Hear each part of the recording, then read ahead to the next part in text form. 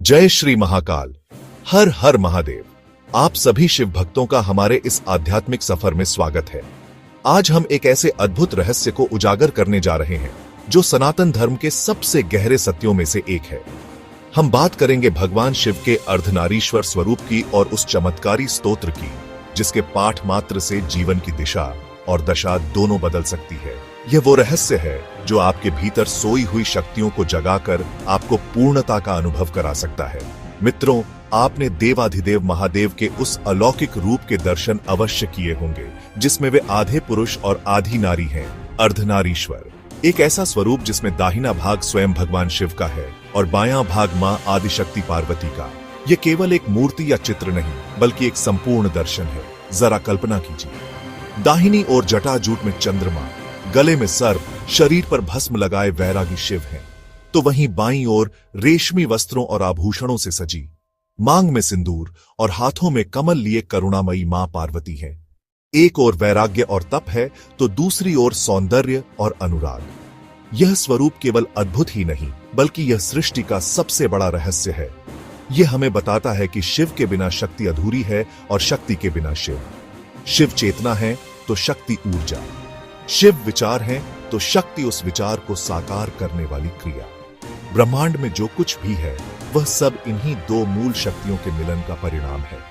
ये दोनों एक ही परम सत्य के दो पहलू हैं, जैसे सूर्य और उसका प्रकाश। जब महादेव ने मां पार्वती को अपने शरीर में स्थान देकर अर्धनारीश्वर रूप धारण किया तो यह केवल एक दिव्य लीला नहीं थी, यह संपूर्ण ब्रह्मांड के लिए संतुलन का एक संदेश था। यह प्रतीक है कि जीवन में शांति तभी मिलती है जब हम अपने भीतर की पुरुषोचित और स्त्रियोचित ऊर्जाओं में संतुलन स्थापित करते हैं। जब हमारा ज्ञान और हमारी भावनाएं एक साथ मिलकर काम करती हैं, तभी हम एक संपूर्ण इंसान बनते हैं। और इसी दिव्य संतुलन को अपने जीवन में लाने का सबसे शक्तिशाली माध्यम है अर्धनारीश्वर स्तोत्र। यह स्तोत्र, जिसे आदि शंकराचार्य द्वारा रचा गया माना जाता है, केवल शब्दों का संग्रह नहीं बल्कि यह शक्तिशाली मंत्रों का एक ऐसा विन्यास है जो सीधे हमारी चेतना पर प्रभाव डालता है। जब कोई भक्त सच्ची श्रद्धा से इसका पाठ करता है तो उसके भीतर की शिव और शक्ति ऊर्जाएं जागृत और संतुलित होने लगती हैं। इसका प्रभाव जीवन के हर क्षेत्र में दिखाई देता है।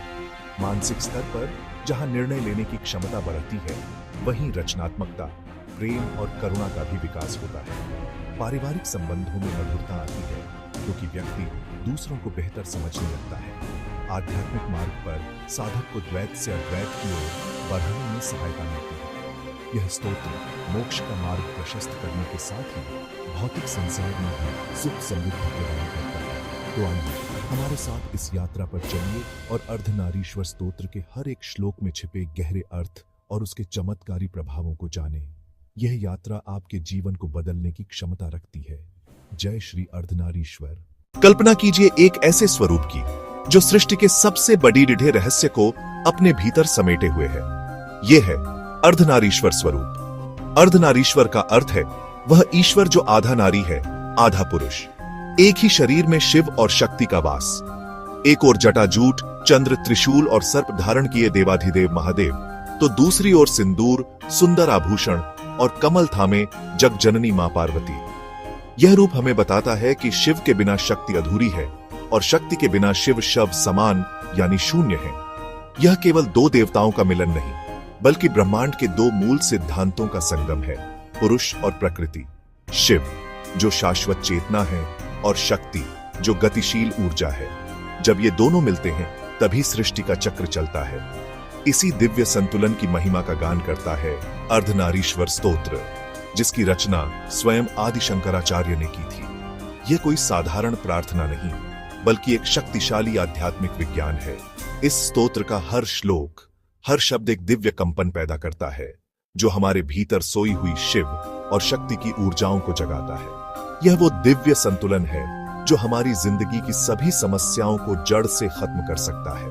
अर्धनारीश्वर स्तोत्र का जाप साधक को अद्वितीय शक्ति, आकर्षण और संतुलन प्रदान करता है। यह शक्ति केवल शारीरिक नहीं बल्कि मानसिक दृढ़ता और आत्मविश्वास की शक्ति है जो हमें जीवन की हर चुनौती का सामना करने का साहस देती है। यह आकर्षण एक चुंबकीय व्यक्तित्व का निर्माण करता है जो सकारात्मक अवसरों और संबंधों को जीवन में खींच लाता है। और संतुलन, यह मन और भावनाओं, काम और परिवार, भौतिक और आध्यात्मिक जीवन के बीच एक सुंदर सामंजस्य स्थापित करता है। इसीलिए कहा जाता है कि इसका नियमित जप करने से व्यक्ति का भाग्य ही बदल जाता है। कैसे? यह स्तोत्र हमारे आभा मंडल को शुद्ध करता है, पिछले कर्मों के नकारात्मक प्रभावों को कम करता है और हमें भाग्य के हाथों की कठपुतली बनने के बजाय अपने जीवन का स्वामी बनाता है। आप अपने भाग्य के निर्माता बन जाते हैं। जब भीतर यह दिव्य मिलन होता है तो रोग, शोक और भय अपने आप दूर हो जाते हैं। कई शारीरिक रोग ऊर्जा के असंतुलन का परिणाम होते हैं। यह स्तोत्र उस संतुलन को पुनः स्थापित कर शरीर को स्वयं को ठीक करने में मदद करता है। मन में छाया हुआ दुख और भविष्य का अनजाना डर विलीन हो जाता है, क्योंकि साधक को यह बोध होता है कि वह स्वयं उस अविनाशी शिव शक्ति का अंश है जो हर परिस्थिति से परे है। यह स्तोत्र हमें पूर्णता का मार्ग दिखाता है। दोस्तों, कई तांत्रिक और योगी मानते हैं कि अर्धनारीश्वर स्तोत्र में ऐसी दिव्य गुप्त ऊर्जा है जो सीधे कुंडलिनी जागरण से जुड़ी हुई है। अगर यह शक्ति साधक के भीतर पूरी तरह जागृत हो जाए तो वह असंभव को भी संभव कर सकता है। कई प्राचीन ग्रंथ इस बात की गवाही देते हैं कि इसका श्रद्धापूर्वक जाप करने वाले राजा बन गए।